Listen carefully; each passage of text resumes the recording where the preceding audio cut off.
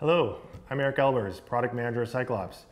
I'm here today to show you the unboxing of the new H2 Direct Drive Smart Trainer, as well as the cassette installation and bike installation on the trainer.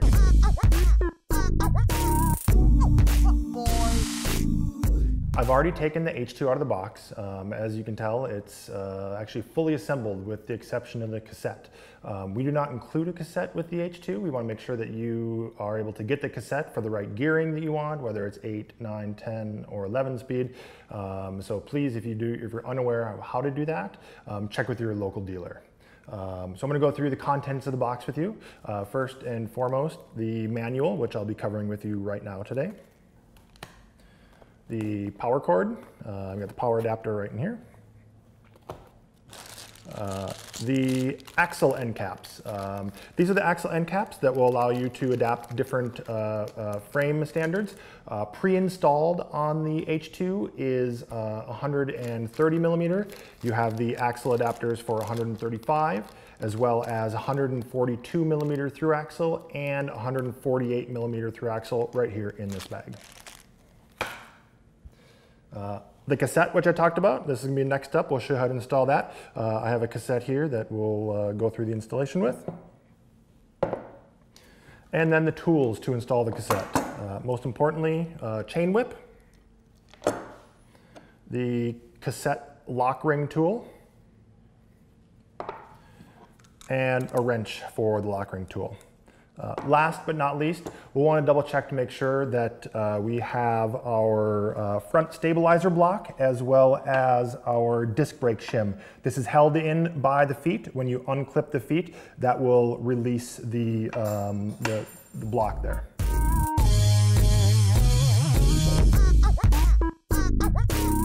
All right, here we are. We're gonna go ahead and install the cassette right now. I have the cassette chosen out for my bike and the cassette lock ring, which will come with the cassette, as well as the tools, which I just previously mentioned. One thing to be aware of, if you are installing an 8, 9, or a 10 speed Shimano or SRAM cassette, you can install it just as it is out of the box. If you are installing an 11 speed, however, there is a little black spacer that you will want to pull off of the cassette, otherwise you're not going to have enough space. So I'm doing an 11 speed today. I am removing my spacer, and then I like to turn the free hub until I have the wide spot in my free hub right on top here. That gives me an easy indicator for my cassette, which matches the exact same cutouts. So I can go ahead and slide that on.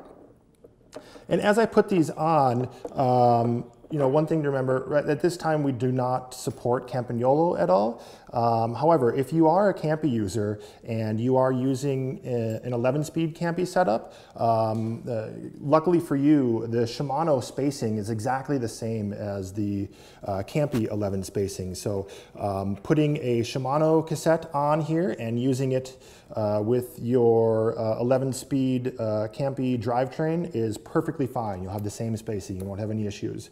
Also, a reminder, this fall we will be getting XD drivers. So those that use XD drivers on their current drivetrain system, you'll have that as an accessory. So I've got the cassette on here. I'm holding the last one on, or else it might just slide off. And then I'm going to thread this lock ring on with my fingers.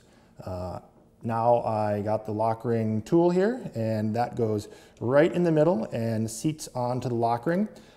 There are some lock ring tools out there by some manufacturers that don't quite fit on here over the end cap. If you find out that that happens to be one of the lock rings that you have, simple solution, you can either use your adjustable wrench on the flats of the end cap to remove the end cap to get space, or you can use a 5mm Allen wrench, which will go right into the axle here and unthread that. You remove that temporarily while you install it, but I don't have that trouble today. Mine happens to fit right over there, and so I'm going to put my chain whip on here and my wrench, and we're going to go ahead and tighten that down. There we go. We are tight, we're installed, and the next step, which we'll show you here in a moment, is installing the skewer and installing the bike onto that.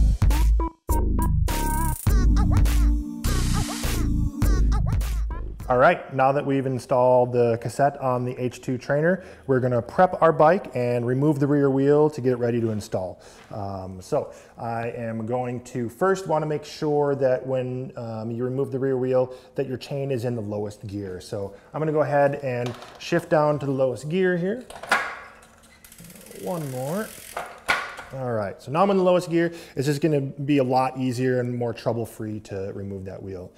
So we're going to loosen the quick release lever on the non-drive side here, and then we're going to remove the skewer completely. So this skewer from your bike is going to be reused in the hammer to secure it to the hammer. So we're going to go ahead and remove it all the way. Let me screw that end cap on so we don't lose it. There we go. And then we can remove the rear wheel. You might also need to loosen your brakes to clear the tire. So you'll find a lever or a disconnect, depending upon the type of brakes you have, to widen them to make sure you have clearance to remove that. So I've gone ahead and flipped this little lever here on my brakes to open them up. Also, instead of just pulling at this point, it's a good idea to grab the derailleur and just kind of push it back, and the wheel will more or less fall right out. All right, now we've removed the wheel, and we're done with this because now our H2 trainer becomes the rear wheel. Okay, now that I have my rear wheel removed from the bike, I have my trainer set up, I've folded my legs out, I've retrieved the front riser block and set that up there. And then I also have my skewer, and then I've plugged my power cord in and have the other side of the power cord here ready to go. So first we're going to install the skewer to the H2 trainer. So I'm going to unthread it, and when you unthread the nut on the end, you will want to bring with you one of the two springs that is on the skewer. So I will thread the skewer in with the lever side on the non-drive side all the way through, you can see. And then next, the spring will go on. The spring should go on with the narrow side in first. So the narrow cone of the spring in first, and then the skewer nut here. We'll give that a few threads, and that's about right. Really the only thing those springs do is keep the skewer centered so that the dropouts of your bike go on here without interference. So the skewer set up, I'm going to grab my bike. I've got it upside down so it's not, the drivetrain is not on the ground. So I'm going to flip that over. And then, just like I mentioned before, when we're pulling the rear wheel off, you will want to make sure that the rear derailleur is all the way down in the lowest gear. It'll give you much less trouble installing it onto the trainer. So we're going to line that up. The bottom side of the chain is going to go on the bottom of the skewer, and then the top side of the chain is going to go on that very first cog there. Carefully wrap it around and then drop it in the dropouts. I already had this trainer set up out of the box. I didn't have to change it at 130 millimeters for this bike. So we are on the trainer, and now we are going to tighten the skewer down. It's very important when you tighten the skewer down that you make sure the dropouts are fully seated all the way down. So what I'm doing is I'm actually putting pressure on the upper saddle with my shoulder or my chest as I reach down and tighten these. That'll be sure that your dropouts are fully seated. All right, we're going to tighten that skewer down and then clamp it secure. Now that I got my trainer in there, I'm going to give it a good kind of a balance check. If there's any instability left or right on this trainer, this is the time where I'm going to want to adjust one of the two or maybe both of the front feet to make sure that the trainer is fully balanced and doesn't have any movement in there. I got my bike installed on the trainer. Last is going to be plugging in the power. And then like before, when you plug in the power, you'll confirm that it is on by the green blinking light.